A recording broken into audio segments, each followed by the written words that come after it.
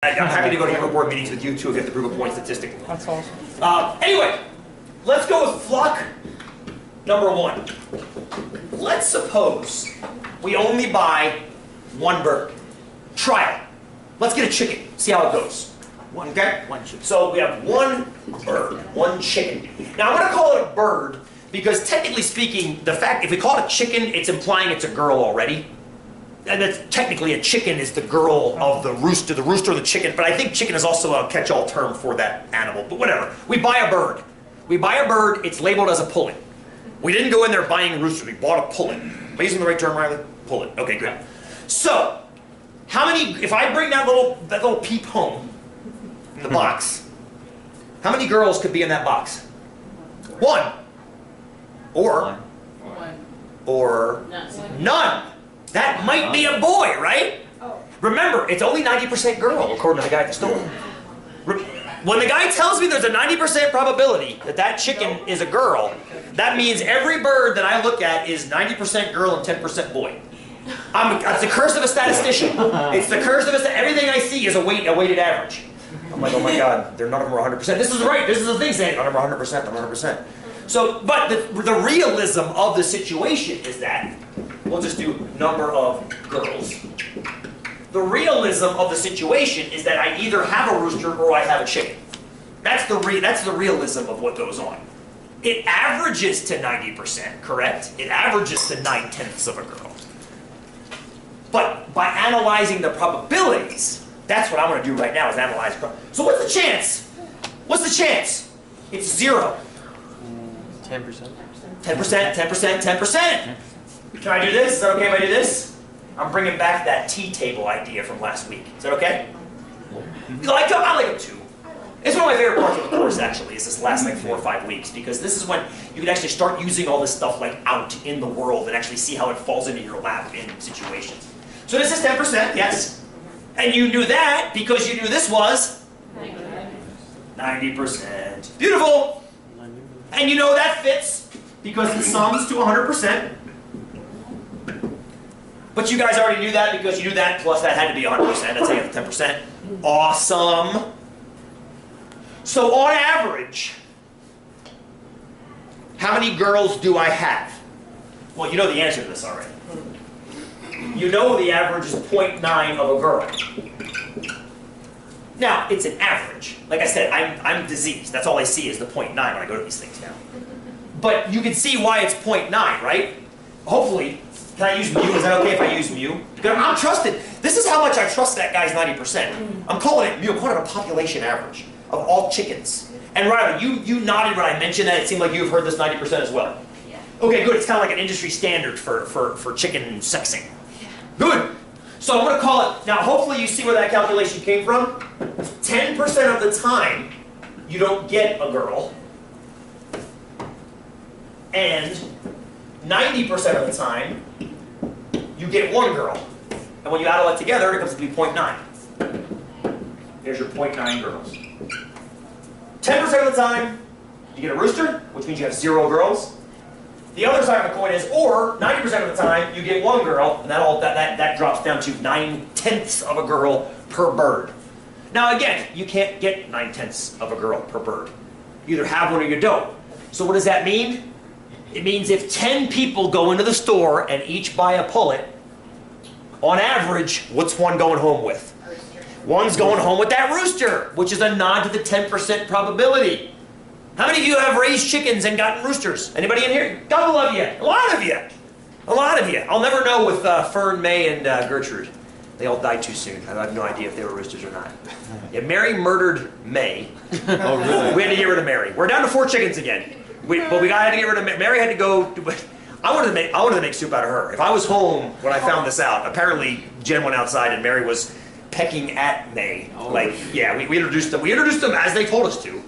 But apparently Mary was a little too aggro. So Mary had to go to another farm where she took on the roosters when we dropped her off. It's freaking awesome. Oh, jeez. Put her in the coop and she went right after the roosters.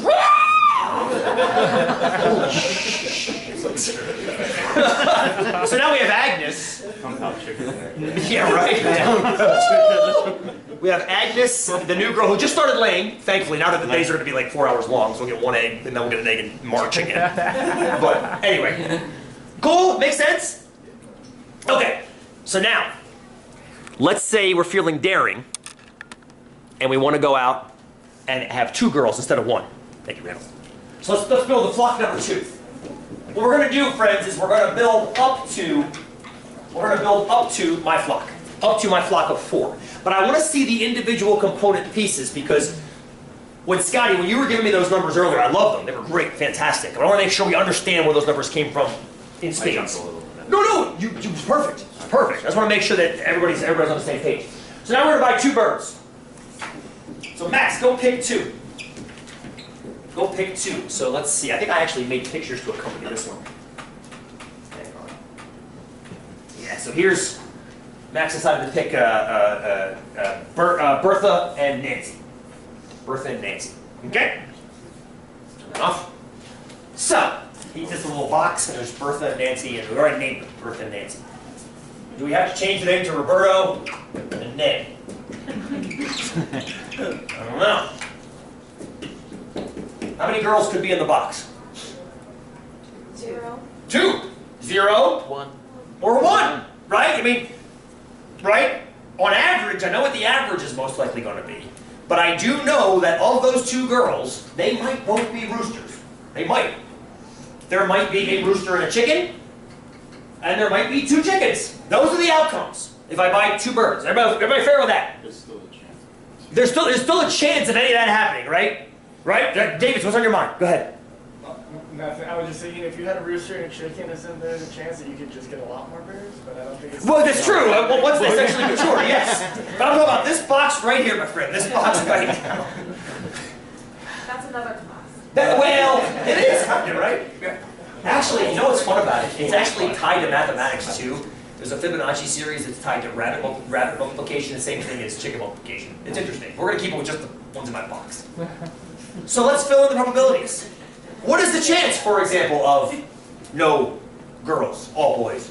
What's the chance of 2? What's the chance of 1 and 1? The chance of 2 is 0.81. I hear the chance of 2 is 0.81. Are we okay with that? Randall, explain yourself. Well, I just times 0.9 times 0.9. So what he did was he said, okay, if I want to get 2 girls, I know there's a 90% chance the first one's a girl.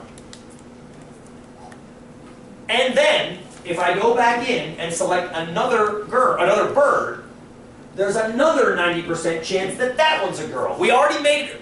We know it's 89 out of 99 or whatever it is, but we're going to say it's 90% because that makes the math easier, and it's just about correct anyway. So it ends up being 81% chance. Notice it just got harder to get all girls than it was with just 1 girl. That makes sense. You're rolling the die every time. It's a weird die. It's got 10 sides, and 9 of them have little girls on them, and 1 has a little boy on it. So it should go down each time. You're multiplying by a fraction less than 1 each time. Good. Let's fill up. So we know that's 81, so the rest of it's 19%. Let's fill out the rest of it. You still know the 0% chance would be 10%. 10%. Okay, so now, if I want no girls at all, that means I have to have what in the box? 2 boys. What's the chance the first one's a boy? 10%. How about the next one? 10%. We're going to assume it's 10% as well. Just 1%. So it's a 1% chance. Aha. So 1% chance that 1% chance that you got 2 roosters. That's rare. I wouldn't be worrying about that. I wouldn't be worrying about walking out of the store with 2 roosters in that box. Because it should only happen 1 in 100 times. What do you think, Joanne, right now? What do you think? Go. Oh, well, then you do the complement. Oh! So at least 1. To fit. Good. Good. So what's the chance of getting at least 1 rooster? Well, the chance of getting at least 1 rooster is 99%, isn't it? Excuse me, at least 1 chicken. I'm saying the wrong thing. At least 1 chicken. The complement of that is 99%. So the chance of being here or here is 99%. So I think we know what has to go here. What has to go? What's the chance of getting 1 and 1? 18%. Whatever's left, right? It's got to be the 18% left. But how would you calculate that? Good. That's a good question. Now, I like what Joanne said. Joanne said, I knew it was 18%. Because it's the complement of what we already have. We've got 1% here, 81% here, that's 82%. That leaves 18%, which makes the sum go up to, 100%. But now Randall asked a very good question on the heels of that. What if we didn't know this were 1% in the beginning, and we were trying to calculate this from scratch? Can anybody see how to do it? Michelle, go ahead. I don't know, would you just go the 10% times the 90%? I love that. The only problem is, It makes 9%. what's 10% times 90%? That's 9%. Oh, because you're gonna do that for each chicken. This is where both your projects come together in one place. You have to, this is what, dude, this is why I didn't put this on this project you just did. I don't do it in class with you guys. You have to ask yourself, it's kind of like when I had you guys rolling dice in class. When I told you to roll snake eyes, I said, make snake eyes for me. And you went, and you picked up the dice and you went 1 and 1. Right? Because they match, the events match. There's only one way to match those off. Then I said, make a sum of 3. And you guys went, oh, 1 and 2. And then I said, make a sum of 3 a different way. And you moved things around, you said 2 and 1. When the events don't match, there are going to be multiple ways of creating that event. Look at the picture again. Look at the picture again. Look at the picture again.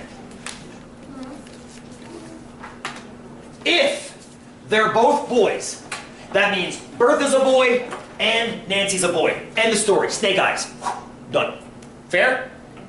If they're both girls, that means Bertha's a girl and Nancy's a girl. End of story. Boxcars, or whatever else you want to call it. Doubles. Right? It's doubles. You both rolled the same outcome. But if one's a rooster and one's a chicken, the story's not so clear, is it? That means either Bertha's a girl and Nancy's a boy, Or vice versa. or Bertha's a boy and Nancy's a girl. So you have 2 different things that must be combined together to account for all that variability. Yes, this is what happens when you don't roll the same thing. You have to make sure you account for all those possibilities. We can do it pretty quickly in line. You've already got it, Michelle. You already had it halfway up there. I tried to play cribbage doing that one time. That's a good idea. It's a Yahtzee the same way. I mean, this is applicable to a lot of different kinds of games, gambling, and also like insurance policies, things like that.